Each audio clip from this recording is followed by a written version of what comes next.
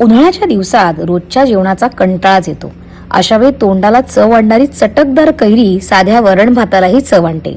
म्हणूनच या दिवसात आहारामध्ये कैरीचा अधिक समावेश केला जातो. कैरीची चटणी, कैरीचं लोणचं, कैरीची आंबट गोड कढी, कैरी डाळ या दिवसात हमखास बनवली जाते. पानात कैरीपासून बनवलेले पदार्थ असतील तर जेवणालाही चव येते. या सीझनमध्ये मिळणारी कैरी चवीलाच नाही तर आरोग्यासाठीही फायद्याची ठरते. कैरीमध्ये अनेक जीवनसत्व, खनिज आणि अँटीऑक्सिडंट्स असतात जे शरीरासाठी लाभदायक ठरतात.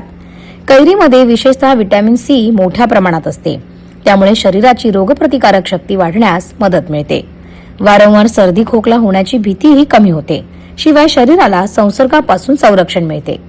उन्हाळ्यात उष्णतेमुळे शरीरात पाण्याची कमतरता निर्माण होऊ शकते. अशा वेळी कैरीपासून बनवलेलं पन्ह शरीराला थंडावा देण्यास आणि उष्माघातापासून संरक्षण करण्यास मदत करतं.